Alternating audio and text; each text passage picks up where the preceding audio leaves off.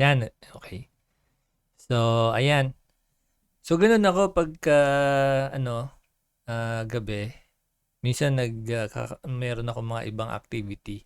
Kahit na anong activity yun, pwedeng makipag-usap tayo sa ating pamilya, ganun. Basta pagkatapos nating mag-work, para mawala yung, o kaya nagko-code tayo, para mawala yung sa isip natin yung kino-code natin, pinoprogram natin, o ano man yung ginagawa natin related sa programming o ano, para mawala yon is kailangan gumawa ka ng ibang bagay. Like, pwede kang makipag-usap or yun nga, communication sa family, and then uh, pwede rin sa YouTube, manood na something, or pwede kang gumawa ng ibang bagay na mawala sa isip mo yung ginagawa mo. Kasi pag hindi nawala sa isip mo yan, katatapos mo lang gumawa ng work mo, then bago ka matulog, makipag-date kung ikaw ay binata pa, pwedeng-pwede, chat mo yung girlfriend mo, nililigawan mo, pwedeng-pwede yon.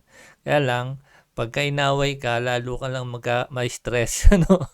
So, dapat ay ingatan mo rin yung mood nung iyong liligawan o nililigawan o girlfriend. Kasi pag nawala sa mood yan, patay.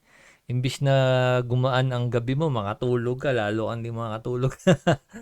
Ayun. So, ganun ang ginagawa. Yun ang advice ko maski na sa course. Dapat may something kayong gagawin pag kayo ay nasi-stress sa kakaisip ng ginagawa nyo. Hindi nyo mahuli yung problem sa inyong code. Hindi nyo ma-solve. No? Yung bakit ganun yung output nyo, bakit iba dun sa gusto nyong output. Tapos, ang lumalabas mali yung output. So, ang ginagawa ko talaga dyan, madalas, tinutulog ko yan. Pag hindi naman ako makatulog, nag-iisip ako ng ibang bagay na hindi ko iisipin yun.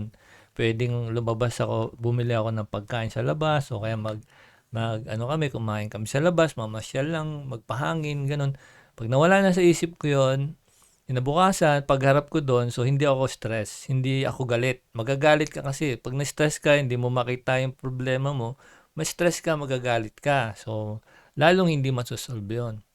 So, dapat tulog mo siya, no? And then, saka mo ngayon gawin. Kaya yung time frame, pag gumagawa tayo ng mga software, lalo na pag may client, humahaba yan. Kunyari, yung target time frame ay para sa isang project sa client is 6 months. Humahaba yan, nag-extend yan. No? So, dahil yan doon sa mga ganong cases, hindi ma-solve, may problem. Kasi yan nga yung binabayaran sa atin. How we code and how we make application, web application, tsaka mga desktop application. So, kailangan nyo isipin yon. No? Hindi kailangan isipin nyo ng malalim. Sa programming, hindi mo kailangan isipin malalim saan ka nagkamali. No? Ang kailangan mo ay relax na mind at maintindihan mo yung code, saan papunta siya. No? So, yun ang ating target sa Learn Computer Today. Yung pala ay, ano sabi? Yung pala ay, ano sabi kanina sir, yung placeholder na message sa text area ay lumabas sa browser. Yung pala bawal din yung white space kasi akala ko ay default yun. Oh, yes. So sa CSS, kailangan maingat kayo dyan. Sa HTML, pag meron kang nakitang kulang, madali mo kasi makita yun eh. Sa CSS talaga, lalo na kung mano-mano yung CSS mo. No, ang kagandahan lang sa mano-mano CSS, kahit sa ang browser, basta tama yung code mo, pwede. Kahit offline. Pagka mga framework, minsan pag offline ka, hindi sila gagana. No? Yung ibang framework. Kasi web-based sila no? Kinukuha sa web. So, ganun. Sige, mag-start na tayo. Wala pa sila. So, ang pag-aaralan natin ngayon is, nasa na yun? Eto. Paki-confirm na lang kung nakikita niyo yung aking slide. Nakikita niyo yung aking slide? Yes po. Ayan, thank you. Ayan. Ako, marami to. Abutin tayo madaling araw dito, no? Ayan, okay lang ba sa inyo? Madaling araw tayo. Baka mamaya offline na kayong dalawa, ha? Okay Teka. lang sir, panggabi ako. Panggabi ka? Oo nga, no? Teka. Ay di, nasa office ka ngayon? Oo sir, sa production sir. Office ha, production. Okay. Sige, ayos yan. At pagka ikaw naman ng boss dyan, ayos lang, no? At saka hindi naman to magtatagal, don't worry. Dadaanan lang natin, ano? So, itong ating topic ngayon is the importance of algorithms for developers. Kasi nga last week pinag-usapan natin is yung the levels of the levels of developers ba yun? Yung about sa programmer, then developer, then software engineering, ganon. Parang ganon yung ating diniscuss last week.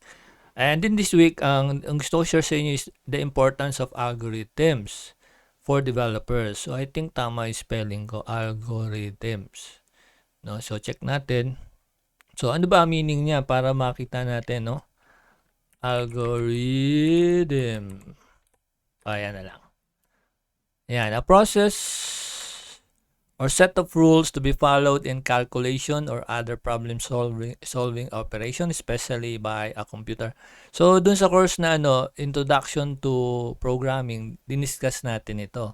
Yung pagluluto ng itlog, then yung pizza, ganun. Pagprito pala ng itlog, ganun. So, diniscuss natin yan. And today, gusto ko sa inyo i-share nga yan, yung algorithm na yan, yung step-by-step na instruction for the computer to execute. Step-by-step detailed step-by-step instruction. So, karamihan kasi ngayon sa mga developer, especially IT, ComSci, tsaka mga estudyante related sa computer programming.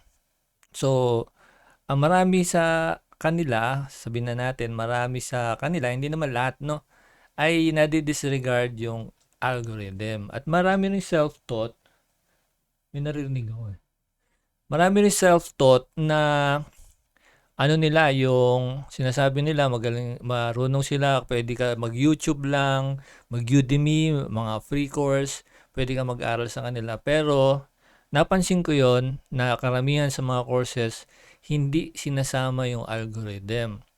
So napakalaga ng algorithm para sa mga developers, especially sa programmer, no? Yung programmer nga, sabi nga natin, yun ang isa sa mga first levels ng bago tayo mapunta sa software engineering, no?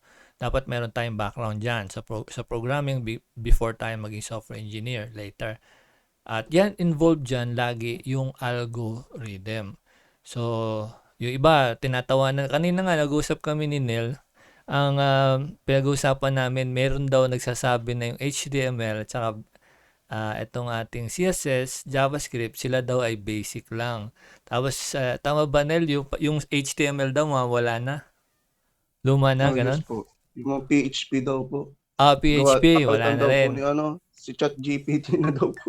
Pati actually, meron nga ngayon nagsasabi, yung ChatGPT daw, mawawala na din. Hindi na raw kailangan. So, meron na raw ay, naku, na-close ko, sorry.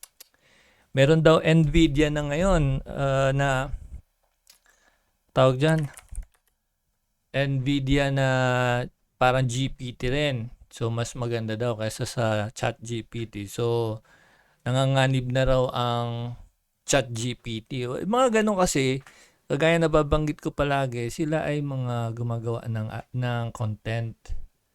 So, maski na yung PHP, sabi patay na. May mga memes pa nga sabi, nilibing na, no?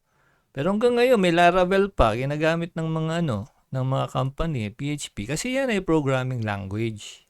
So dapat wag nating kakalimutan kapag ang isang bagay ay programming language, matagal yan bago mawala unless merong mas magandang programming language na pwede para sa back-end. So sabi naman nila, 'di ba? Sabi yung JavaScript pang basic din yan. At saka yun nga, HTML, CSS. Actually, yan yung backbone. Yan yung mismo foundation ng web development. Kahit ang backend mo ay Python, ang gamit mo ay Node.js, no? Java, o kaya itong ating PHP nga.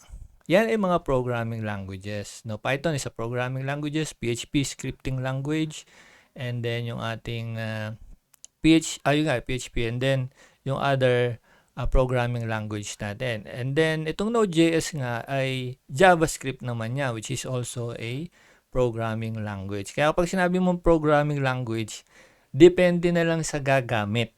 Kasi since siya ay programming language, i-execute din siya ng computer. Ngayon, dyan papasok yung algorithm. No? Yun nga binabanggit ko kanina, marami sa nag-aaral ng IT, ComSci, marami sa mga self-taught. magaling, sabi nila, magaling na sila sa programming, and then maraming mga free courses. Pero yun nga ang isa kong tanong, marami nagiging tanong ko talaga.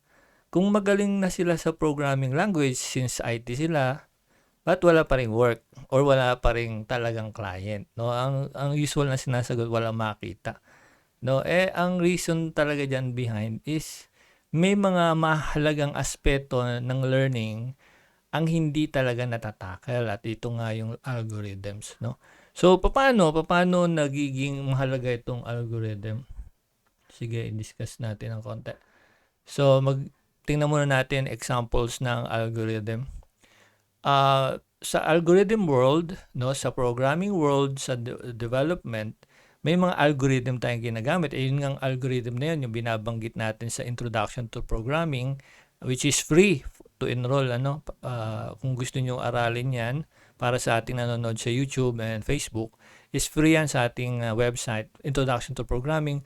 At doon diniscuss natin yung ano ang algorithm. No? And sa real world, sa tunay na buhay, ginagamit natin ang algorithm to create programs. No, hindi tayo gumagawa ng program para lang dahil programmer tayo. So magkaiba 'yon, no? So dapat maunawaan natin na kaya tayo nagpo-program ay because of the real world problems na gusto natin i-solve. At kung i-solve natin ang isang problema, may mga bagay tayong dapat isang alang-alang. Una, ano yung pinakamabilis, no, na paraan para i-solve ang problema, 'di ba? Kung meron naman tayong hinahanap na bagay, kaya tingnan ninyo, sorting algorithm yung una, 'di ba ito? Ay, kita niyo ba sa screen? Ayan, yan yung una, 'di ba? Sorting algorithm, then searching algorithm, graph algorithm. Itong mga to, ginagamit talaga to in real world. Kasi yung sorting algorithm, kung meron ka ng data, no, meron ka ng data, may mga customer, halimbawa yung iyong client, gusto niya ilagay sa isang database, 'di ba? At gusto niya pagka tiningnan niya yung database according to alphabet, no? Yung kanyang ascendancy, descendancy, o kaya pwede rin sa kanyang itong number, yung ID number niya. Depende 'yon kung 1, 2, 3 hanggang sa dulo, o yung pinaka dulo hanggang sa 1. No? So, descending, ganon. Ascending, 1, 0, 1, 2. Walang 0 kasi yung 1 talaga, yan ang simula sa data. No? Hindi ka pwedeng mag-start ng 1 sa, kunyari, customer, tapos nakalagay 0. So, hindi siya ganon. No? 1 kagad siya 1. Tapos, then increment na siya. No? Yung sinasabi natin nag-start sa 0 is yun yung ating mga list, no? Yung indexing natin, yun, no? So, sa sorting algorithm, nasa sayo yan kung paano mo i-program. Pag sinabi ni client, gusto ko, pag kinlik ko to, ang lalabas yung pinakamaraming bumili. O, yung customer na maraming binili. Yan. Pag kinlik kong isang to, gusto ko makita yung mga customer na hindi bumili. No? O konti lang ang binili. O, doon yun sa dashboard, halimbawa.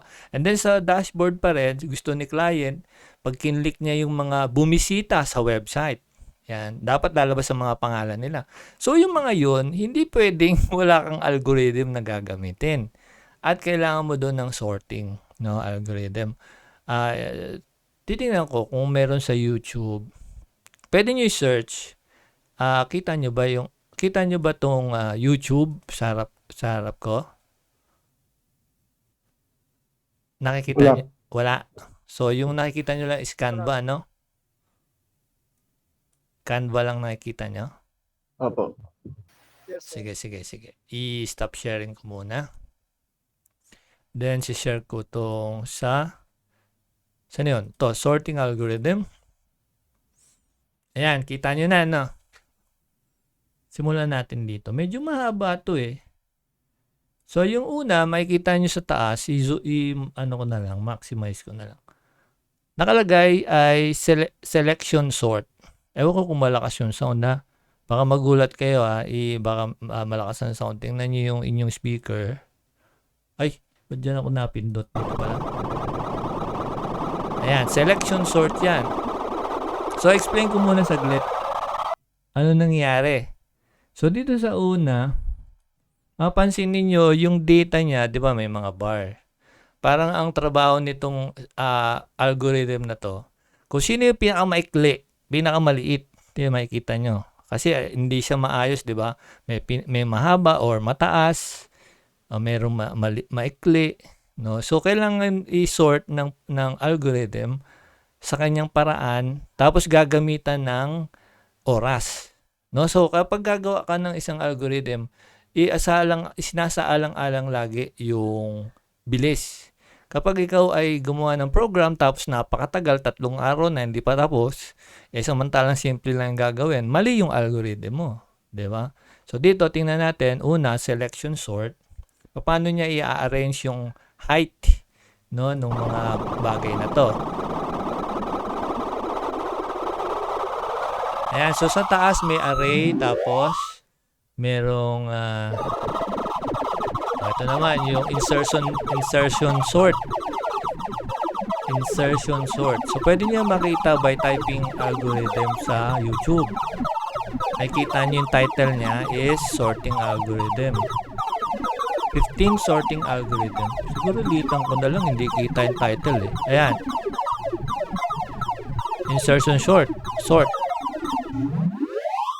Okay, so ayan, mas maraming data yan, no? 1 millisecond delay. Yan naman ay quick sort. Di ba? Paano niya inaayos, di ba? Yan ang algorithm.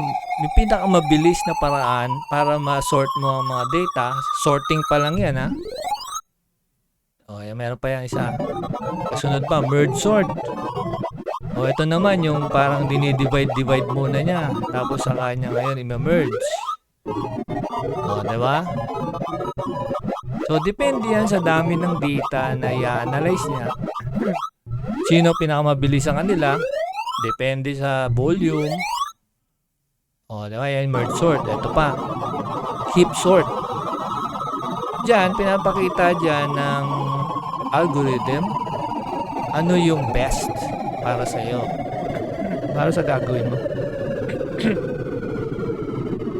Heap, parang heap yung ginagawa niya.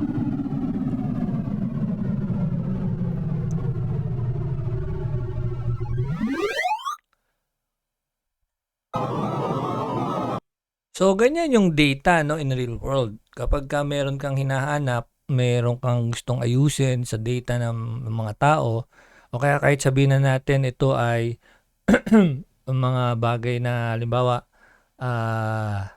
pwede mo i-predict, gamitan mo ng machine learning, ganyan, o AI, yung binabanggit natin. Pwedeng bawat isa dyan is response ng tao, survey, no, yan, interaction ng tao, pwedeng yan ay sentiment, no, pwede rin yan ay mga clicks, no, mga clicks sa halimbawa sa post mo, ilan yung, o kaya yung viewers, no, yung viewers mo, yung mga vertical lines niyan, yung mga nasa taas niya is it might be useful as a data para ma-process mo yung gusto ng client. Laging yung client diyan. Or kung ikaw into machine learning or research, is yan naman yung mga about sa sociology o yung mga sentiment ng tao. So, sige, stop sharing ko lang.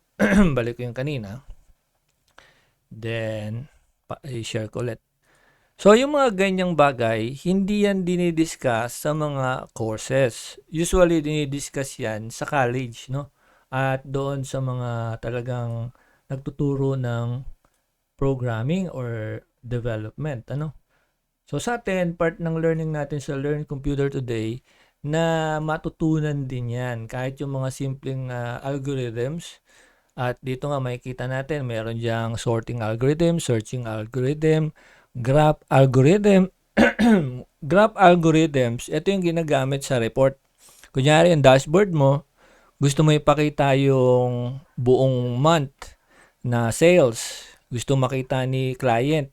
Gusto ko pag nakita ko sa dashboard, gusto ko makita sa dashboard ko yung total sales.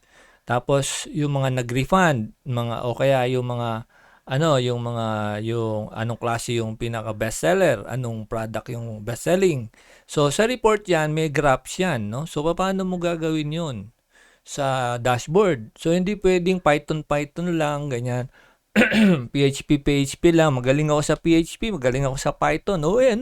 Saan mo gagamitin, 'di ba? Yan ang problem diyan. O sige, magaling ka sa Python, mahusay ka, pasado ka sa mga test diyan sa Python. Saan mo gagamitin, 'di ba? Yan ang problem. Kaya wala tayong makuhang trabaho. Kasi marunong tayo sa isang bagay, pero hindi natin alam saan gagamitin. No? So, yan dapat matandaan natin as developer, lalo na dito sa ating training, dapat maging aware tayo sa different algorithms na pwedeng ilagay. At kasama nga yung graph algorithm, no? Pwedeng ilagay sa ating skills o aralin, then ilagay sa yung programming na goals, no? Aralin ang different kind of algorithm o different types, no? Dynamic programming, to tree algorithm, string algorithm, mathematical algorithm, machine learning algorithm, artificial algorithms. So, mali pa yung spelling sa dulo. So, hindi yan lahat yon. Meron pang iba. No? So, sample lang yan. No? So, how important it is in development. So, sabihin na natin web development, software development, ano man yan, no? Kung ano man nasaan field man tayo.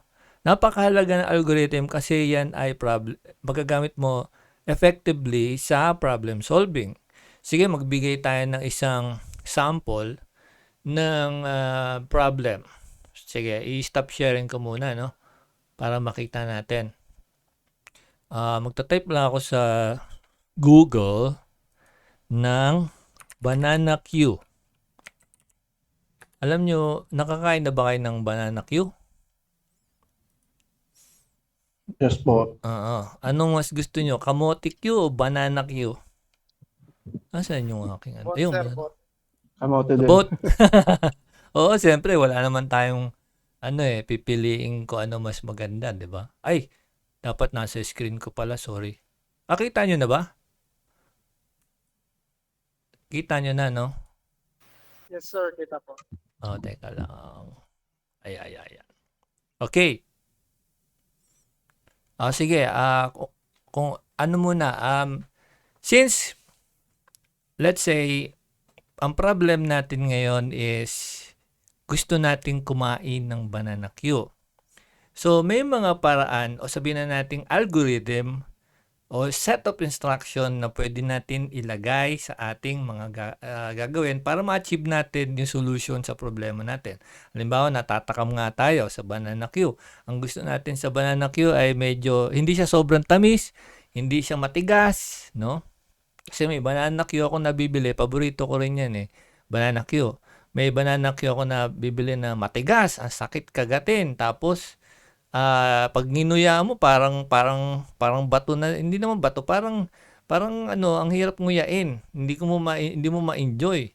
Ang hinahanap ko sa barbecue na banana Q is malambot yung yung saging, and then ito ay hindi ganun katamis, hindi babad na babad sa asukal. Ganun din ba yung gusto nyo? Yes po. Yeah. Yes, Sige. sir. Okay.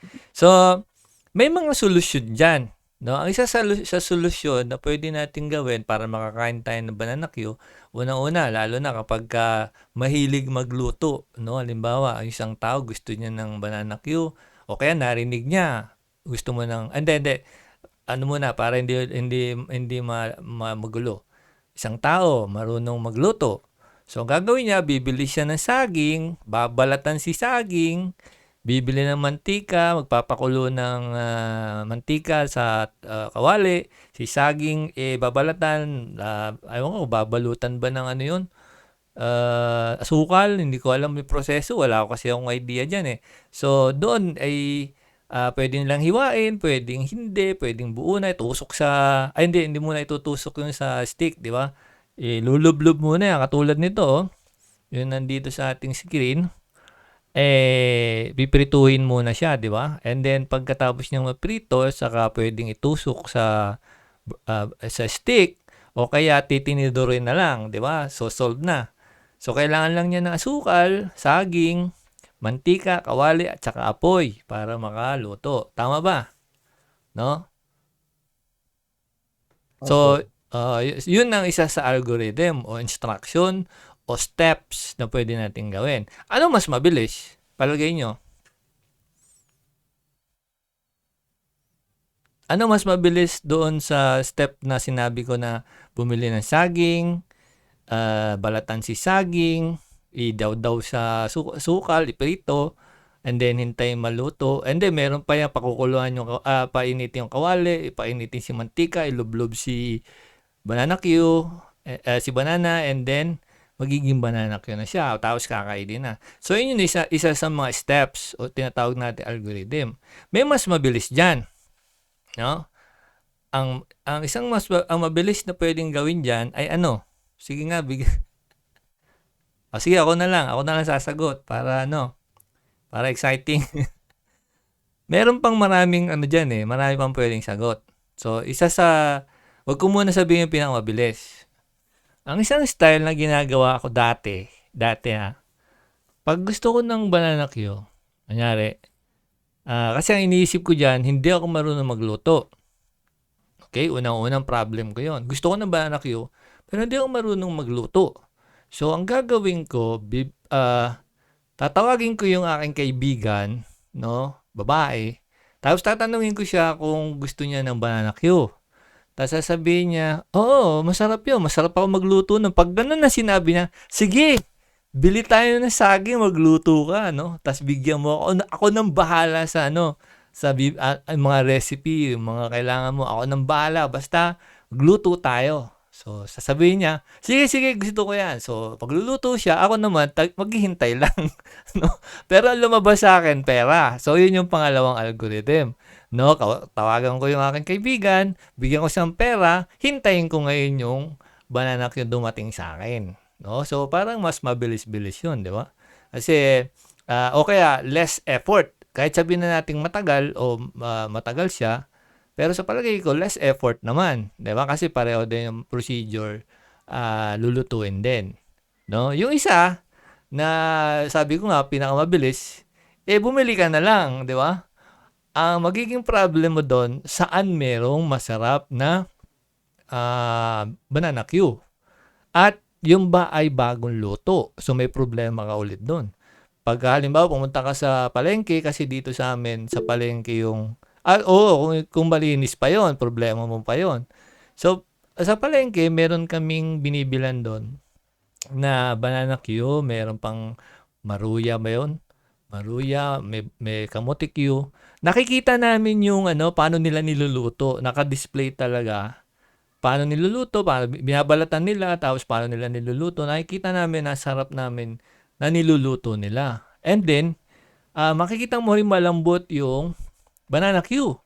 Kaya sabi ko, magkano po yan? Dati, 10 pesos. Malalaki din, tumunog yung aking cellphone.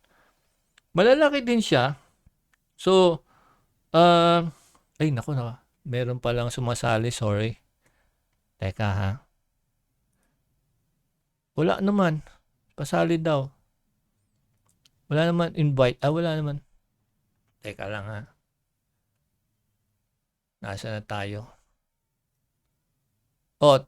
Alam mo pala sa Los Baños. Hindi masarap dun eh.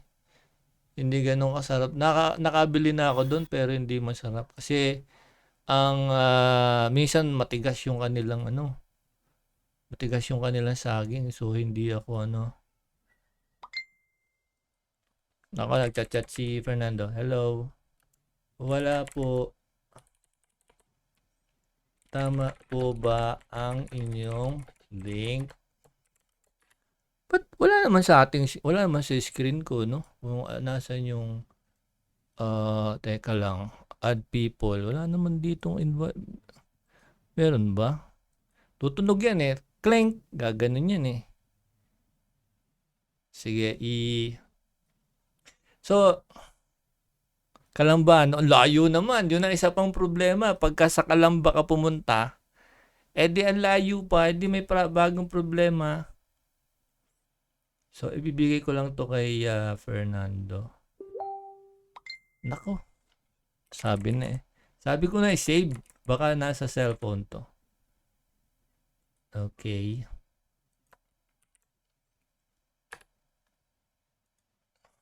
Nag-PM po ako. Ayan.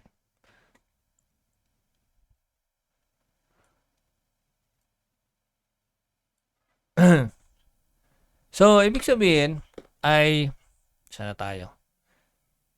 Marami ka pa rin haharaping problema doon. Kung i-refer natin yan, kung ipapakita natin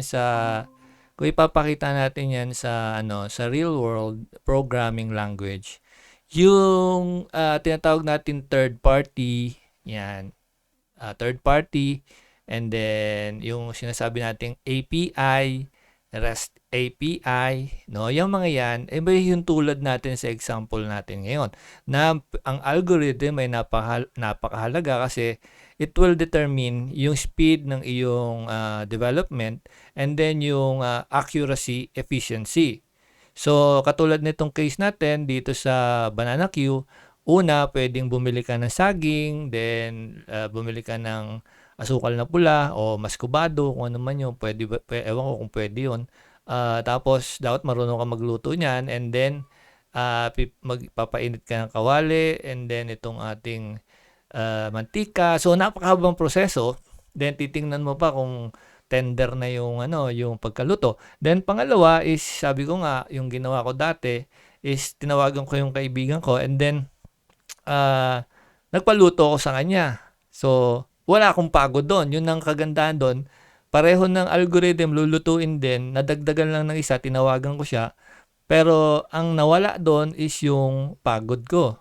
No, wala akong pagod. So doon ma-visualize nyo yung sinasabi nating mga third party na application na gumagamit ng API. Ibig sabihin, imbis na ikaw ang gagawa ng trabaho na yun, gagamitin mo yung software ng iba. Kaya kailangan mo ng connection mula sa yung software o sabihin natin web apps, i-connect natin yun sa gawa ng iba, sa system ng iba. So magkakaroon ng connection yung system natin at saka system ng iba. So diyan papasok yung API, no? So may authentication sa iyo sa login, may authentication din papasok sa kanila.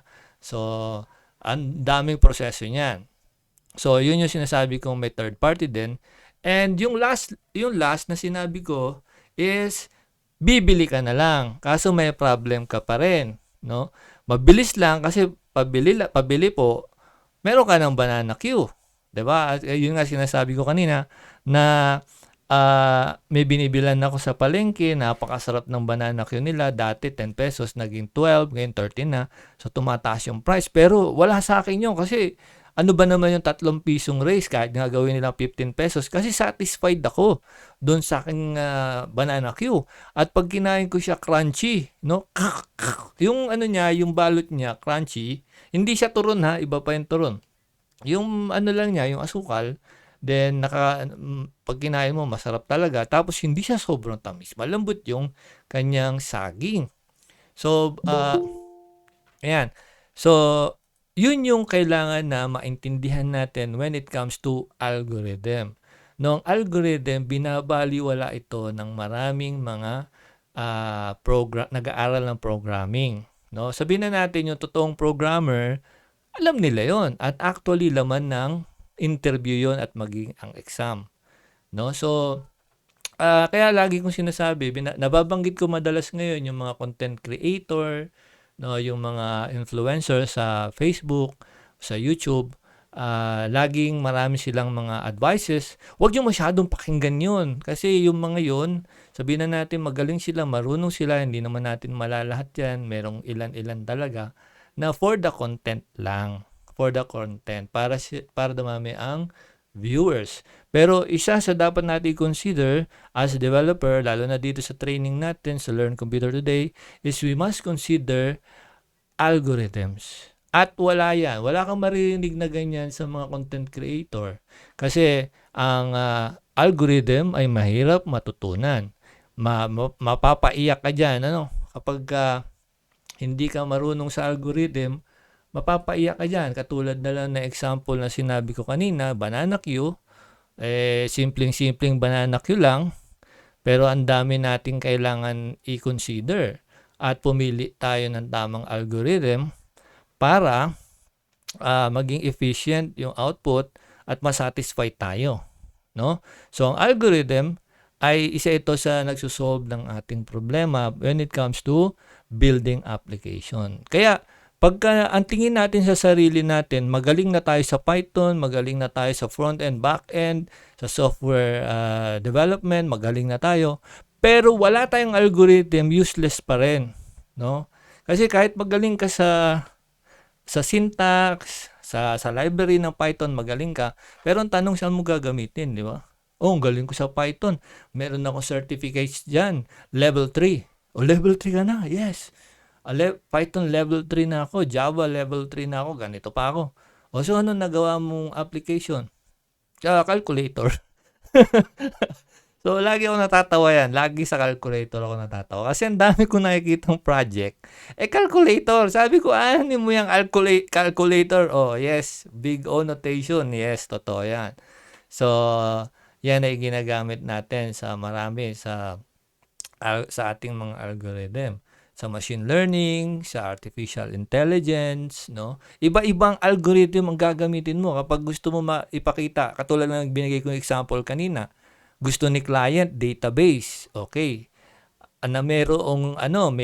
Meron tayong dashboard. So gusto ni client na may dashboard siya, makikita niya yung customer na pinakamaraming binili, makikita niya yung customer na palaging nag-review ng mga certain products pero hindi pa niya binibili kasi doon nila ipapasok ngayon yung email. Pag nakita nila sa data nila, sa dashboard nila na itong specific a group of person interested sa sa inyong product pero hindi sila bumibili. So doon nila ngayon papadalhan ngayon ng email 'yon, no?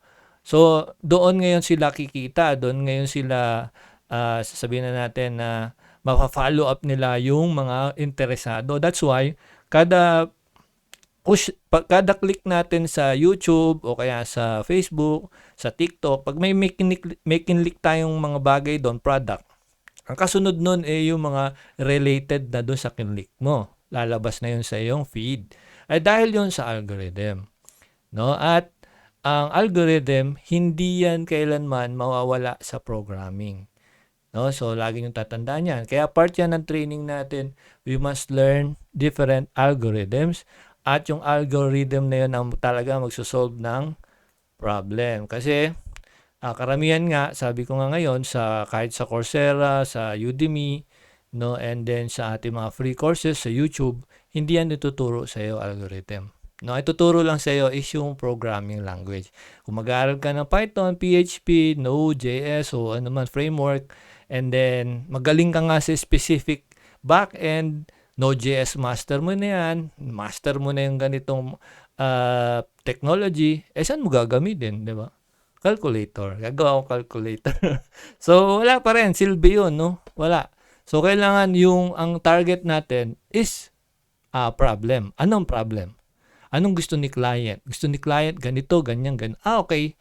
I think ang pinakamabilis dyan is gagawa tayo ng website. Then, kumonect tayo sa ganito. Halimbawa, ang gusto ni client, no? Meron akong naging client na ganyan. Sila ay ticketing system. So, gusto nila online lahat na yung kanilang mga customer pwedeng bumili ng ticket para sa bus, pwedeng bumili ng ticket para sa bangka o barko, pwedeng bumili ng ticket sa eroplano, pwedeng bumili ng ticket para sa tawag nito, yung mga tours, no? Mga tours, Sagada tours, ganyan, mga travel tours, no? So all in one na siya sa isang dashboard. Kaso ang budget nila is around 50 to 100,000 lang. Sabi ko, hindi po pwede yan. Payat po ang ating budget para diyan. Kasi kailangan natin lahat yan makuha yung kanilang API. So, kailangan natin sumunod sa protocol. Halimbawa, Philippine Airlines yan. No? So, kailangan natin ng API nila. So, paano natin sila makakukonvince kung tayo ay ganito lang, pipitsugin lang system natin, ganito, wala, yung ating cybersecurity ay hindi ganun ka lupit. So, system natin ganito lang kasimple. So, paano kung damugin tayo ng maraming tao, di ba? Dahil meron tayong sale. Nakita natin sale sa Cebu Pacific. siyempre promote natin yan. So, kung dumugin tayo ng maraming tao, how can we, parang anong gagamitin natin na system na hindi mag-shutdown, no? Na ma-handle yung ganong karaming user na magla-login sa ating system. So, marami yan, So, doon papasok yung mga API, yung tinatanong nga last week, ano ba yung API? So, kung meron tayong system, and then may gagamitin tayong third party na system, o kaya gagamit tayong system ng ticketing, ng barko, ng bus, so, kailangan meron tayong gateway papunta doon. And then, mag-uusap yung dalawang system, kung siya ba ay nakabayad na. Kung yung bang kanyang biniling ticket ay nailag na sa kanyang pangalan. And then, magre-reflect yan sa system mo na makikita ni user. Oy, nakabili na ako. No? So, gumamit siya ng system mo. No? Pero iba pangalan ng system mo. Halimbawa, Michael Tan Travel and Tours. Ganyan. Tapos, pwede kang bumili sa Michael Tan Travel and Tours ng ticket sa airplane. Ganyan. So, isang dashboard lang yon, nandun na lahat. Kiklik-klik lang nitong ating customer. So, tapos magre-reserve siya ng mga plane ticket, ganyan, etc. Magbabayad siya using GCash o kaya kanyang credit card. So, lahat yon gagamit ng API. So, kukonek lahat yan doon. And then, kailangan interconnected sila. Kung kailangan ng REST API para sila ay successful, yung bawat transaction, kailangan mo i-configure lahat yon. At hindi yun biglaan, no? Pag ganun kalaki ang project, inaabot yan ng 1 taon. Ganyan. O minsan, more than. Kasi, hindi natatapos yan one time. Kagaya ng GCash, no? At saka yung ibang system, BPI. Daw mapapansin ninyo, yung mga online na ganyan, nag-i-improve sila. Lalo silang nag-i-improve. Gumaganda, nade-develop. So, hindi siya tapos. No? Actually, siya ay yung tinatawag nating continuous integration. And then, yung ating continuous delivery, CI/CD. No, ewan ko kung tama yung term na binanggit ko. Kasi minsan naghalo-halo na yan sa dami ng term. No, so, papasok ngayon yung API na tinatanong ni Sir Florence last time, no? Na kapag meron kang gustong i-connect na ibang system sa'yo, kailangan mo ng API. No? At sa paggawa ng mga yan, algorithm ang kailangan, no? So, dito, mapapansin nyo, yung pangatlo, optimization. Okay. So, magbigay pa tayo ng isang example ng algorithm na pwede nating i-develop, no? Halimbawa, sino pala, teka lang, baka hindi nyo alam Pero sige, ganito na lang. Anong bansa ang magandang puntahan? Sige nga. Wala kasi ako interest mag-ibang bansa Saan ba yung magandang pupuntahan na parang sulit? Hindi trabaho yung pupuntahan mo bilang parang gusto mo mamasyal o mag-good time. Yung gusto nyo isama sa list. Uy, Iceland, puro yelo dun. New Zealand, oo nga. New Zealand na lang. Doon naman scenery. Oo, Japan. Dami magaganda dun, Brad. mga kahit matanda na doon, babae, maganda pa rin. Pati lalaki, gwapo din, no? Parang Korea. Oo, tapos maliliit na tao lang din, parang Pilipina, no? Mga Japanese.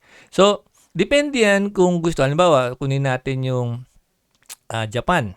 Okay, sige, yung Japan muna kasi madali natin malaman kung nasaan sa mapa yan No, kaysa doon sa New Zealand. Baka mga pa tayo kung saan sa mapa yan. So, yung Japan, galing Pilipinas, pag gumamit tayo ng algorithm, ang una natin pwedeng isipin, ano yung pinakamabilis na paraan para pumunta ng Japan? Palagay nyo.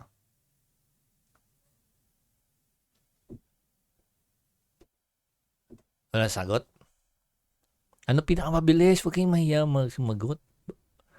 Wala namang tama sa mga sasagot natin, walang tama. Joke lang. Sumakay ng aeroplano. Yes, yan yung pinakamabilis. By airplane, no? Pero may problema ka pa rin dyan, no? Pagka ikaw ay sasakay ng airplane, do siya ang pinakamabilis. Kailan yung flight? So, everyday yan. Magkano? No, yan ang mga kasunod dyan. Pero yan ang pinakamabilis, by plane. Pero pwede tayo umisip ng isa pang paraan by boat, di ba? pwede lang by boat, di ba? So, bago ka dumating doon, siguro ilang araw din, no? Depende sa distansya niya mula sa kung saan pa sa part ng Pilipinas, no? Hindi pa natin alam yan. Kung ikaw ay nasa liblib na lugar, halimbawa sa malayo ka sa airport, so, pwede mong isipin paano pupunta sa airport, di ba? So, lahat ng yan ay pwede nating isipin as part of our solution para sa problem ng pagpunta sa Japan. Pero we unanimously identify na ang best way to get there is through airplane. No? So, yan yung tinatawag na optimization. Na ano yung pinaka-effective? Pagdating sa pagde-develop ng programming language, hindi importante kung anong programming language gagamitin mo. That's why yung kanina pinag-uusapan namin ni Neil na may mga content creator o mga instructor, ewan ko kung ano man yung influencer, wag na raw gamitin ng PHP at patay na. Mga ganyan. At daw yung HTML at CSS, yan daw ay basic. So, yung ganun kasi, alam nyo, kung iisipin mo kasi yung algorithm, mawawala yung usapan about programming language. Ang magiging usapan dyan, anong algorithm gagamitin natin? Anong instruction na pinakamabilis? Optimize. Kagaya halimbawa, sige, bigyan pa natin ng isa pang example, analogy. Yung ating, let's say, gusto ni client, makita niya yung document niya sa kanyang computer. Gusto niya sa kanyang computer makita niya isang document. Halimbawa, siguro sabihin na natin letter niya for application. No, mag-apply siya sa isang work. Tapos sabi ni client, gusto ko makita ko sa desktop ko yung letter na yon tomorrow. So, ikaw ay nasa ibang lugar. Paano mo gagawin yun? Sige nga. Diba? Una-una, kung ako tatanungin nyo, siyempre maraming paraan yan. Kung gusto niya makita na nasa desktop yung kanyang yung kanyang application sa desktop, ang una ko sasabihin sa kanya, sir, it is impossible unless you give me a remote access sa yung computer. So, I can either send you through email, open the email, no? And then save it to your desktop. No, ilagay mo sa desktop mo para kung gusto mo makita doon, kita mo agad. Or either bigyan mo ako ng access sa iyong computer remotely. Ipe-paste ko na lang diyan sa iyong desktop. Kaya lang bibigay mo sa akin yung password, no? Yung password mo ganito, mga credential mo para makapasok ako. At saka dapat yung computer mo naka-open. So mag-iisip ngayon si client, ano nga ba mas maganda? No? Pwede mo siyang tanungin, sir, para saan ba yung document? Papasa nyo ba yon as is? O gusto nyo lang makita?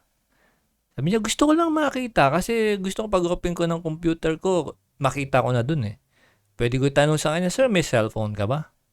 Yes. Meron ka ba messenger? Yes, meron. Okay. Ganito na lang, sir. Pipicturean ko yung document na yon. Screenshot ko sa aking computer, send ko through Messenger para makita mo. And then, nasa cellphone mo na siya, sir. Hindi mo na kailangan i-open yung desktop mo. Ay, oo nga, no. Da-download mo, sir. Makikita mo yan sa albums mo kasi since siya ay picture, no? So, pwede ko siya i-send sa'yo through email.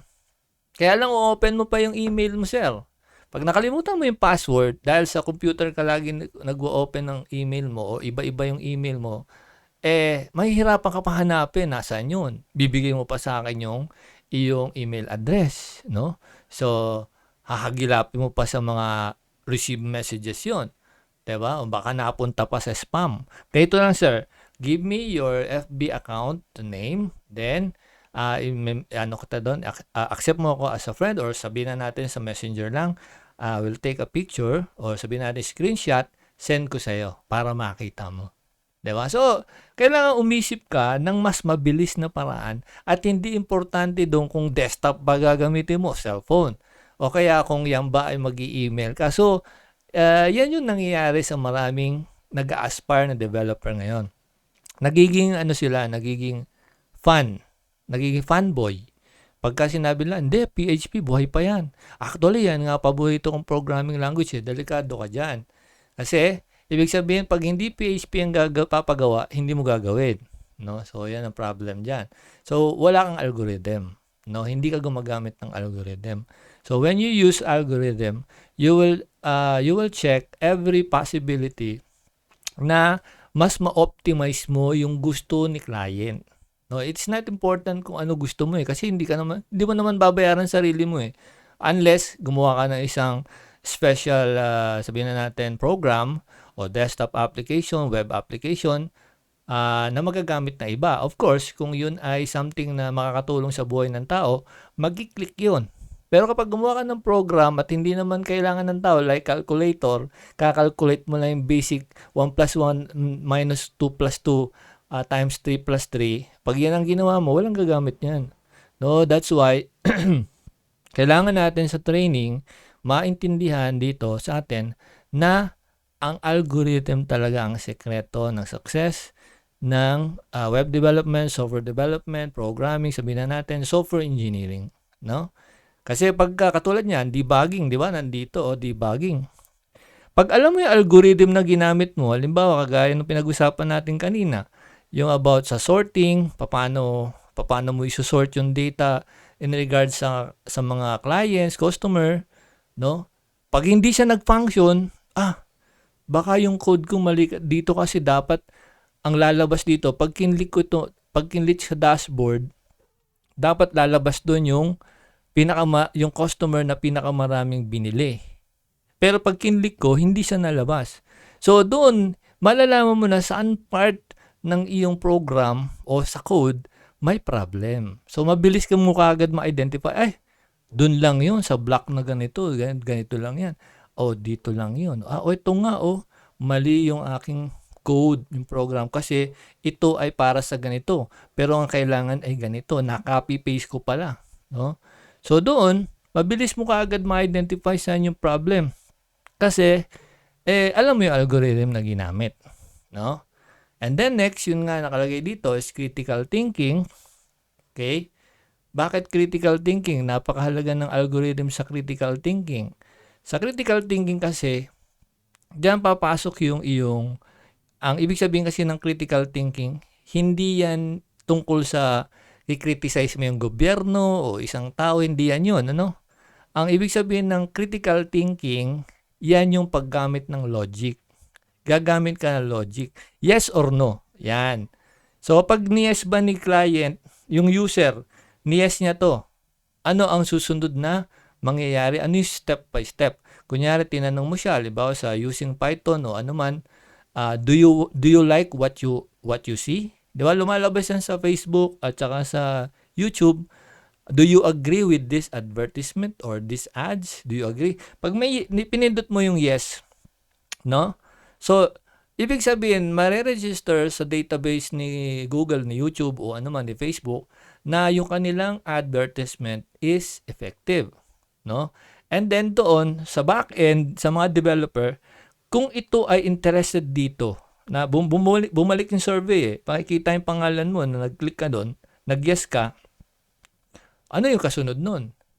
Since sila ay interested, dadalasan natin yung algorithm, gagawa tayo ng algorithm na laging lalabas sa kanya yung ganitong klase ng advertisement para siya ay bumili. Ngayon, kaya sa Facebook at saka sa Twitter o sabihin natin sa social media pa yan, pag may advertisement dyan, ang goal ni Facebook is makabenta yung nagbabayad. Kung halimbawa, isang page, nagbabayad siya para magkaroon siya ng sales. Kaya pansinin ninyo, sa Facebook page, meron niyang metrics, no? At may algorithm doon. Ilan ang nag-click sa iyong ads? Lalaki, gaano karami ang mga lalaki? O male, gaano karami ang female? So, makikita mo yung metrics dyan. So, ano ang gagamitin mong algorithm para may pakita yon? And kapag mataas yung metrics ng certain, halimbawa, yung mas marami lalaki nag-click, so, dapat ay maisip nitong gumagamit ng advertisement, ano yung susunod niyang ilalagay na advertisement next. So, yung target niya, ang ilalagay niya sa picture niya, sa next advertisement niya is about sa mga males naman. O, sapatos, ganyan, panlalaki. Kasi karamihan, puro lalaki ang dumadalaw sa page. Eh di, panlalaking product ang ipapakita mo. Alam naman, puro lalaki yung nagpupunta sa page. And then, papakita mo, puro pink, no? Puro underwear ng babae, ganito, ganyan. Or sabihin na natin yung mga babae, pambabae product. So, bababa yung percentage na pupunta yung mga males. Kasi ang nakikita na nila, pambabae. So, alis na sila. So, doon papasok yung tinatawag nating critical thinking. No? Hindi yung pagkritika sa gobyerno. Ano. Yan ay pag-decide. Importanteng decision na gagawin mo as developer para sa iyong client. At kung ikaw yung nagmamanage ng isang company, no, pwede mo yan sabihin sa kanila na, ma'am, ayon sa metrics, nakikita natin sa ating database o data dashboard, mas maraming lalaki o mas maraming babae. So, I suggest bilang developer, ganito yung i-develop nating o ipakita nating product. So, sasabihin ni client, paano natin gagawin yun? Don't worry, ma'am. May algorithm tayo dyan. Lahat na makikita niya from now on is mga product na panlalaki.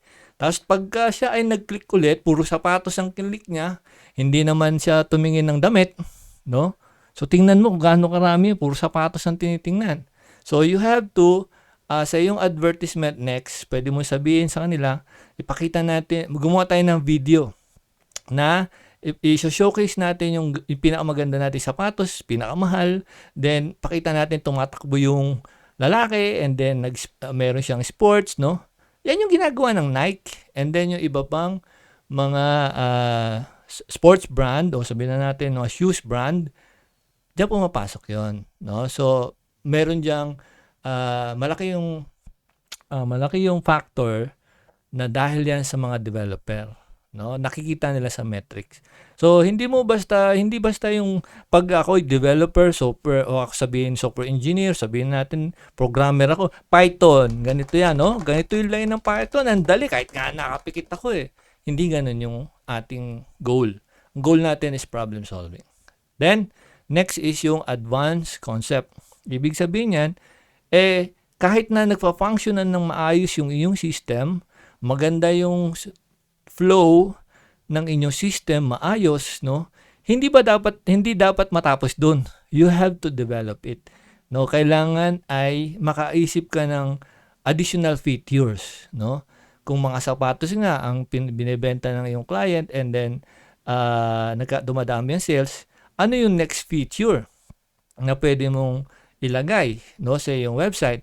So, pwede mo ilagay doon kung gusto ni payag si client na, sige, ang gawin natin is lagyan natin ng upsell.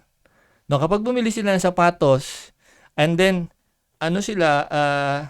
mag-offer ka ng mag-offer ka ng medyas. Kasi yun ang kasunod medyas, no?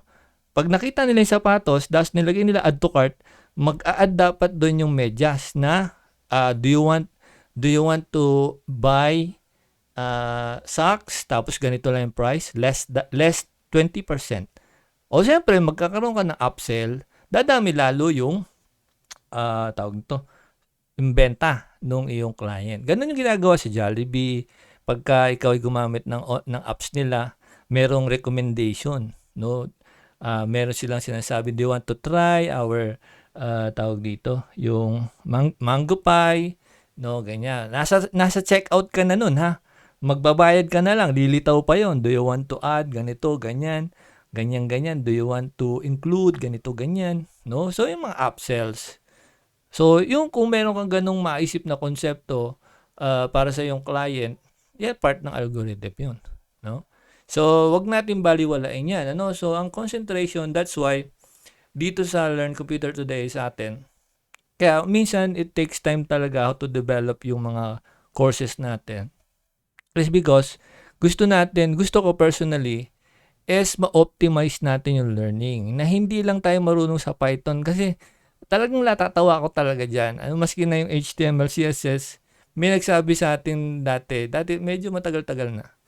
Merong estudyante natin, okay lang naman yun, hindi ko mababanggat yung pangalan. Sabi daw sa kanya, bakit daw nag-aaral tayo ng CSS tsaka HTML, basic lang yun. Yung kanina pinag-usapan namin ni Nel, bukod pa sa kanya, may nagsabi. Tapos daw, bakit daw kailangan natin ulit-ulitin yun? Sabi ko, sa totoo lang, kasi, yung HTML tsaka CSS, JavaScript, yan yung foundation ng web development. So, nandun na yon, given na parang basic nga siya kasi foundation yan. Ngayon, sabihin na natin, gusto ng client ganito design. Oh, paano mo gagawin? Yan kasi ang tanong dyan eh. Ganito ang design ni client. Bibigay sa'yo yung design. Paano mo gagawin ngayon? Ang gagawin nila, since ano magagaling, sige, tatype lang nila. It's total basic eh. Pag nagawa nila yon, paano mo i-apply yung JavaScript dyan? Paano mo papagana yung JavaScript? Ganito lang yun. Well, ang logic doon, kung iisipin nyo mabuti, bakit wala siyang trabaho? Di ba? Kapag mayroong nagsasabing ganun, tingnan mo ano trabaho niya. Pag ang trabaho niya developer talaga siya, and then talagang siya ay, sabihin na natin, marami siya na-produce na project, meron siyang business using that. Pag sinabi niya yun, reliable yan. Basic yan. Para sa kanya, magaling na siya eh. So kapag ganun, developer na pala to, software na, may mga gawain pala. So sa kanya, basic yun. Kasi nasa development stage na siya eh. Pero pag pinagawa mo, halimbawa, sabihin mo sa kanya, sige po, paano po gawin to? O paano gagawin niya? Tapos sabihin niya, hindi, basic lang yan, madali lang dapat yan. Tapos wala siyang trabaho. Hindi basic yun. Yun ay mahirap. Dahil kung marunong ka ng HTML, CSS, JavaScript, hindi ka mawala ng project. Madali lang yan eh. Tatype mo lang, GitHub, pwede ka pang Netlify, pwede mo pa i-post sa CodePen o kung saan man yan. No? Tapos gawan mo ng design, meron kang animation. Kahit hindi ka gumamit ng JavaScript, pwede kang gumawa ng animation using CSS.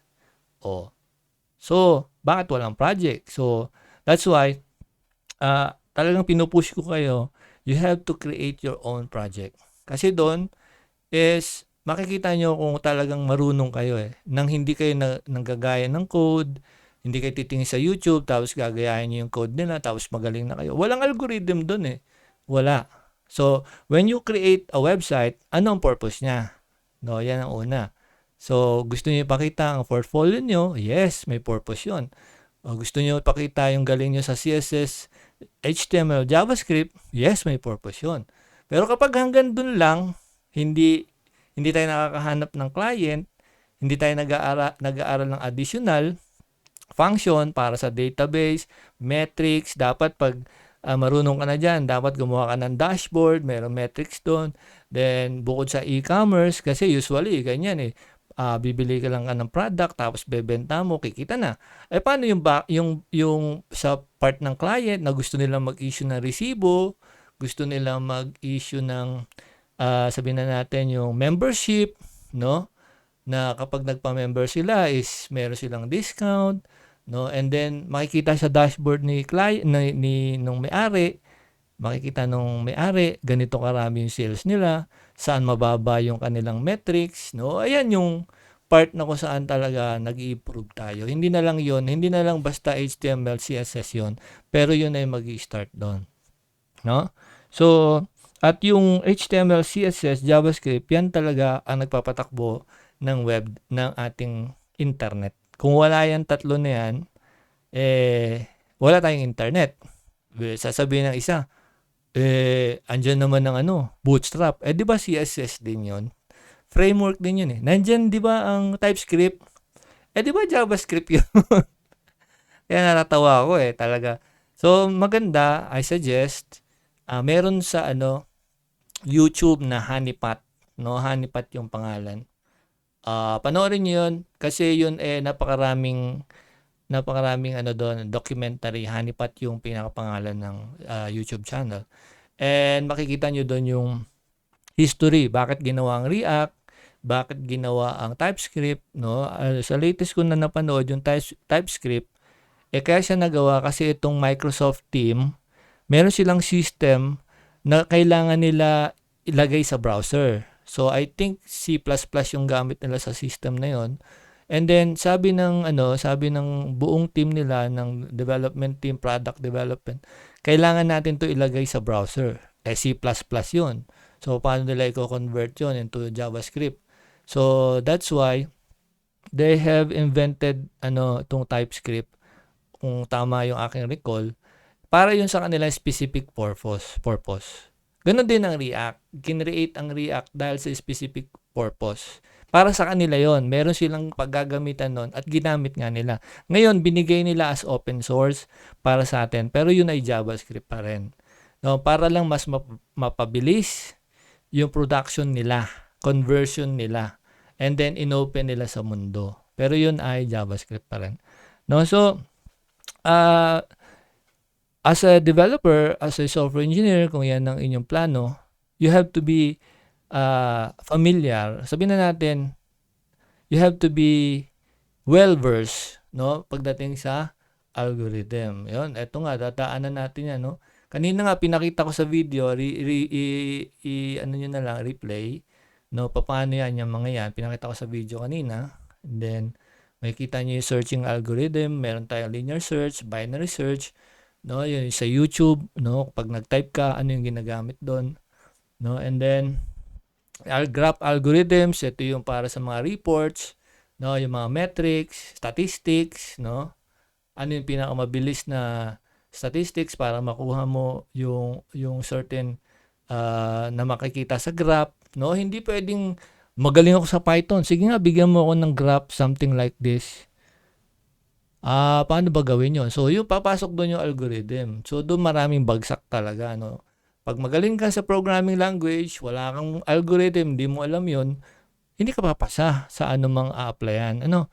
Dahil sa magagaling na mga, sabihin na natin, like Google, yan, mga ganyang ka-level. Yung company, na matataas ang level, no? Yung talagang nagde-develop ng mga sophisticated na system, no? Sabihin na natin Microsoft, hindi ka matatanggap dyan kung hindi ka marunong sa algorithm. Kasi ang kanilang interview is more on algorithm. No? Kasi pabilisan yan eh. Pabilisan, paano magawa yun eh. Hindi naman patagalan, no? Susweldohan ka ng malaki, tapos hindi mo alam gawin. So, dyan nga, sabi ko nga lagi, wag natin tingnan yung pera. No? Tingnan natin yung skill, yung knowledge, yung pwede natin ma-develop kasi yung pera susunod lang yon. Paano tayo makakasolve ng problem ng ibang tao, ng company, ng client, no? So, ito yung mga algorithm na usually ginagamit, no? Lalo na sa machine learning, yan, linear regression, logistic regression. So, itong mga to mahirap to aralin, ano? Kasi dito ay papasok na yung training ng data, ganyan. So, titingnan mo yung differences, pwede kang mag-predict, no? Ayan, artificial intelligence, no? Genetic algorithms, neural networks, expert system. Yan ay nakapaloob sa bawat system, no? Yung mga nakita natin yan sa screen, konti pa lang yan, no? Konting-konti pa yan, ano? Kasi napakaraming algorithm. So, that's why as we train dito sa Learn Computer Today at kayo, yung ginagawa nating sequence ng courses, hindi lang yan about sa programming language, no?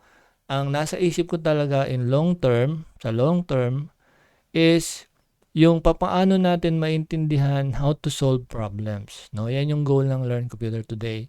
Paano natin maintindihan ang isang problema at ano yung pinakamabilis na paraan para ma-solve yon. At kapag na-solve mo yon, babayaran ka. No? Hindi ka babayaran dahil sa programming na ginamit mo, no? Gumamit po kasi ako diyan ng Python. Mahirap gamitin 'yun, no? At saka kabisado ko yung linya noon. So, 'yun po 'yung ginamit ko sa inyo. Tapos sasabihin ng customer, kulang pa ho 'yang ginawa niyo kasi dapat ganito ganyan. Hindi po ako marunong noon eh. Ay ganun ba? Paano ka namin babayaran? So, kahit na anong galing mo sa Python, hindi mo na-solve yung problema, walang bayad 'yun. Or kagaya ngayon binabanggit ko, pag in-interview ka sa company, tapos magaling yung nag-interview sa'yo, talagang marunong sa algorithm, tatanungin ka about paano solve to, paano gagawin, anong algorithm gagawin. Tapos sasabihin mo na, sir, ganito. Kasi familiar ako dyan, kasi hindi ako ganun ka. Kasi more on Python ako, more on ganito. Dyan ako nag-concentrate. So, pwede kang pa rin ma-hire, no? Sasabihin ng developer sa'yo, sige, ganito. i-hire ka namin, pero ang sweldo mo, 20,000. Or ang sweldo mo, 25,000. No? Ngayon naman, pag ikaw yung magaling sa algorithm, na-explain mo, ay sir, mas maganda ganito gawin dyan, ganitong algorithm. Kasi, mas mabilis ma-solve ng algorithm pag ganito ang algorithm, mas mabilis siyang ma-solve ganito kasi ganito yan eh. So, dapat natin tandaan, ang algorithm, pwede kang gumamit ng kahit anong programming language. Depende yan. Kung gusto mo, Python. Para yung katulad nung kanina, bubble sort, yung selection sort, pwede mo gawin sa Python, pwede sa C#, pwede sa, sabihin na natin, Java. So, pwede mo gamitin yon. Pero ano yung pinakamas madali sa iyo o pinakamadali para sa ganung trabaho? So, i-consider mo yon. So, once na ikaw ay marunong doon, na-explain mo doon sa nag-interview, tapos sasabihin, nasa isip ng interviewer, magaling to ah. Tatanungin ka ngayon, magkano ba ang asking, sabihin na natin, fee, or sabihin natin, salary? Sir, I think, pag ganyan sir yung system, medyo masalimuot yan sir. Siguro asking price ko dyan, kung okay lang sa'yo, mag-start ako sa 60,000. Dahil alam nung nag-interview, magaling ka, pwede na yan, 60,000, sige. O sige, ganito, mag-submit ka ng kailangan mo, ganito ang kailangan mo, then, balik ka sa Monday, ganyan. So, hired ka na. No? So, ewan ko kung naikwento ko sa inyo o sa ibang course ko naikwento, nang nangyari sa akin, no, may kumontak sa akin, na sila ay nagpo-provide ng training. Babae siya, no? So, nag-set siya ng schedule ng interview online. Then, sabi ko, para saan po ba yan? Sabi niya kasi nangangailangan kami ng instructor. And I think ikaw yung pwede namin i-hire. I-hire. Sabi ko, okay, sige po. Ano po ba ang mga tuturo? Ganyan. Sabi niya, mga basic lang, ganun. Sige po. Kung kailan nyo gusto kayo available. Then, tuloy itong aming online meeting. Ngayon, pinakita niya sa akin, yung listahan. Sabi ko, madami-dami po yung ituturo na yan. Ilang months po ba ang plano nyo? Ilang years? Sabi niya, kung kaya daw ng 1 month. Sabi ko, ma'am, totoo lang, baka pwede yan, kaso babasahin na lang dyan, ma'am, yung script. Pwede yan. Ang dami siguro, mga nasa 100 topics yun. Tapos iba-iba, hindi sila magkaka-related. Tapos sabi niya, sige, pero sir, tanong ko muna, magkano po ba yung, pag ganyan yung topic sa loob ng, sabihin na natin, 1 month? Sabi ko, ma'am, sa totoo lang, hindi makukuha sa 1 month yan eh. Pero, ang pwede kong asking price dyan para i-discuss yan, mga yan, is 60,000. Sabi niya, medyo malaki sir, baka hindi pumayag yung manager namin. Pero, since sure nyo naman na ma-deliver nyo yan, tingin ko pa pwede yan 60,000. Biro mo, pumayag siya kagad, no? Pwede daw yung 60,000. Ngayon ako yung nagsabing, ma'am, sa totoo lang, napakarami po niyan. Imposible yan matutunan nung inyong estudyante for 1 month. Sabi niya, sige, gawin nating 40 days. So, more than 1 month. So, nagbabargain siya. Ibig sabihin, gusto niya talaga akong kunin. Kahit na ganun yung price nung sinabi ko, 60,000, okay pa rin sa kanya. Basta ituro ko lang. Kaso sa part ko, una, 60,000 yun. Malaking pera yun. Kung doon ako nakatingin, kakagating ko yun, napakarami trabaho nun. Dahil lahat yun, kailangan kong i-review, i-prepare ang code, kasi dapat daw may practice. Tapos, kung meron silang question, tapos hindi nila maintindihan, doon magkakalabo-labo yan. Kasi, hindi mo na i-discuss ng maayos eh. No? Parang sinabog mo lang na ganun. Kung ang kailangan nila is spaghetti o kailangan nila is kanin o ganitong apritada o ganun ang kailangan nila for specific topic, bibigay mo na sabay-sabay yun or sequence yun. Hindi naman nila maintindihan lahat. So, in other words, sinanggihan ko siya. No? Sabi ko, ma'am, kahit na maganda yung offer ninyo, 60,000, pero hindi po talaga kaya yan sa 40 days. So, sabi niya, sige sir, ganito na lang sir, iko-contact ka pa rin namin. Consider mo na lang sir kung take mo yung ano kasi wala kaming makitang iba eh. Sabi ko, pwede naman po yun pero bawasan natin yung topic, same pa rin yung price. Sabi niya, sige sir, pag-usapan namin. Ano? Ayun. So, in other words, uh, sa pag-apply ng work, paghanap ng client, yung pera talaga ay dapat wag natin yun ang maging goal. Ang maging goal natin is yung problem solving. Pwede kong ma-solve yung problem nila by, tawag yan, by basahin ko na lang yung script, then discuss ng konti, next topic na, pwede yun. Kaya lang, on my part, hindi ako satisfied ng ganong turo. No, kahit ako magkapera na 60,000, hindi ako satisfied doon. Kasi matatandaan ako ng mga tinuruan ko eh. Yan yung nagturo na para tayong binaboy. Yan yun eh. So lahat ng sisi mapupunta sa akin kasi ako yung instructor eh. Pag hindi sila natuto, sa akin mapupunta yun. So pag nakita nila yung mukha ko sa Facebook, yan yung nagturo sa amin. Para kami binaboy dyan. Ayoko na mag-enroll dyan. O di, nakasira pa sa Learn Computer Today. So you have to think talaga. You have to have critical thinking. No? So that's why you have to bigyan mo ng diin yung algorithm. At dyan magiging isa sa mga paraan natin in learning dito sa atin, no? So, that's why hindi ko kayo binibigyan ng basta course lang. At pag sinabi ko ulitin ninyo yon or sabihin na natin masterin nyo yun, kasi mayroon akong kasunod na ibibigay sa inyo like yung darating natin, yung real world problems. Bibigyan ko kayo ng problema talaga in CSS, HTML, JavaScript. Kung hindi kasi ang JavaScript natin, ang gagawin natin yan diyan is yung mga usual na ginagamit lang. Hindi natin naaralin lahat kasi ang bigat niyan, ang hirap aralin yan. So gagamit tayo ng framework like yung ibang mga Vue.js, ganyan. So gagamit tayo noon. Of course, Bootstrap, ganun din. Gagamit din tayo no, Laravel, no, gagamit din tayo no. Pero ituturo ko muna sa inyo yung basic foundation at sa mga yon no, naka-sequence sila no. Yun nga, yung dinidevelop natin ganun. And then, pagdating nyo sa problem na yon, ay, kailangan ko lagyan ng ganito. Kailangan ko to ayusin. No? So, sana kukuha ng pang-ayos dito. So, babalikan mo lang yung diniscuss natin.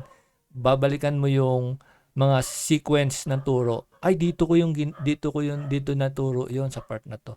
Balikan ko nga. So, pagbalik mo doon sa problem, masosolve mo yon. Kasi, pinrovide na yun sa explanation. That's why, nung may nagtanong sa atin, kung pwede ba open lahat ng courses, pwede naman. No? Pwede natin open lahat kung talagang yun ang kailangan. Open natin lahat ng courses, lalo na pag sila ay kumpleto na, open natin lahat. Kaso maliligaw, lalo na yung mga beginner. No? Kailangan may guide, at lahat ng, siyempre, lalampasan nila yung basic, normal yan, lalo na pag IT. Basic yan. Basic lang yan. Lalampasan ko yan. Tapos pagdating sa problem, tumigil na. Hindi na nag-aral. Tinamad na. No? Reason, kasi nga, hindi niya makakita yung sagot. Nandun lang yung sagot sa unang tinuro. Hindi niya inaral. So, that's why, nasa inyo talaga how you will do it. So, you have to have your own algorithm in learning. No? Yan ang gagawin natin. Okay, so, I think yan muna ngayon i-discuss natin. Meron tayong course dyan, Data Structures and Algorithm. Meron din tayong Object-Oriented Programming. So, magiging open din yan sa web development and then sa software development. No?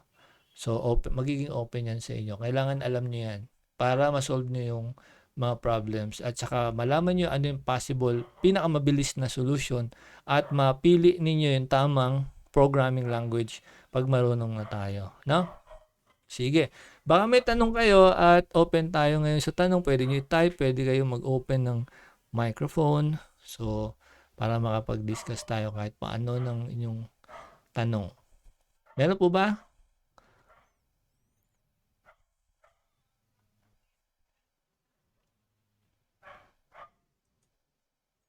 May tanong po ba kayo?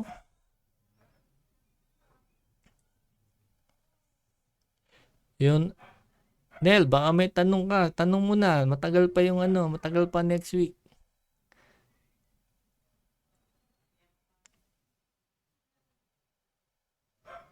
Wala. Baka nahihiya lang kayo or so, yun lang, paalala ko lang, pag manonood tayo ng influencer, wag nyo lahat i-take yung kanilang advice kasi nakatingin din sila sa programming language. And ang masasabi ko lang, pwede nyo pakinggan yung kanilang advices, pero wag nyo i-take as parang ano na, discipline na, parang yun na yun. Parang pag sinabing yun na yun, no? Hindi ganoon. So makikita mo yun as you progress in your course, tsaka yung pag nakikita mo yung progress mo rin as a developer, no? So technically kayo ngayon naka-enroll, may ID kayo dapat, no? Developers. Makikita niyo yan sa website, nandun yung Student Developers ID, no? And pwede niyo i-fill up yung form and then makukuha niyo yung ID. So technically you are a developer na, junior developer dito sa Learn Computer Today. The moment na nag-enroll kayo, ay under training kayo as developer, junior developer, no? Pwede niyo siyang i-print using PVC card, no? Automatic na yun doon. Ilalagay mo na lang yung picture mo, no? And then ikaw na bahala magpa-print. Para kung ano man ang gusto mong klase ng ID na material, pwede. Natutuwa nga ako sa isang estudyante natin hindi siya kasali sa GC. Babae. Ginawa niyang profile picture yung yung ID niya from Learn Computer Today. So nagkaroon ako ng idea. Ba kung yung ID na yun parang napakahalaga sa kanya, why not mag-provide tayo ng jacket, developer's jacket na merong nakalagay dito, LCT developer, no? Wag na natin lagay yung junior, lagay lang natin Learn Computer Today, developer. 'Di ba? Nakalagay dito, developer. Yan. 'Di ba? Pagka ikaw kunyari tag-ulan, suot mo 'yon, nakalagay dito developer ka. O DevOps team, pwedeng ganun. Tapos kunyari, kung kayo ay software engineer, nalagay mo lang software engineer, pangalan mo, tas Learn Computer Today. So, pwede natin gawin yon. T-shirt, polo shirt, ganyan. No, mug, nakalagay doon ay DevOps, no, o kaya developer, no, web developer, ano. So, later, pwede natin pag-usapan yan para lalo tayong ma-motivate. Anyway, kung wala na kayong tanong, since tapos na tayo, magkita na tayo next week. Okay? Wala na talagang tanong? Okay, sige. Kung wala na, magkita tayo ulit next week. Thank you for attending. Maya-maya i-upload dito sa YouTube. Pwede nyong review no, yung mga unang diniscuss. And I hope mag-aral kayong patuloy, no? At kung nakikita nyo parang simple lang yung ginagawa natin, basic, malalaman nyo yan kung basic talaga. Yung nakita mo pala yung airplane ko Oo, nag-crash yun Na-stress nga ako kanina kasi kasi mahilig akong palipad na aeroplano na remote control. So, nagmadali kasi ako noon na nag-crash siya, no. Anyway, madaling problema lang 'yon, no. Madaling maso-solve kasi repair lang naman 'yon. No? Okay, sige. Thank you very much for your concern and next week ulit tayo, mag-discuss tayo. Okay, bye-bye po. See you. Chat-chat tayo sa ating GC. Bye-bye po.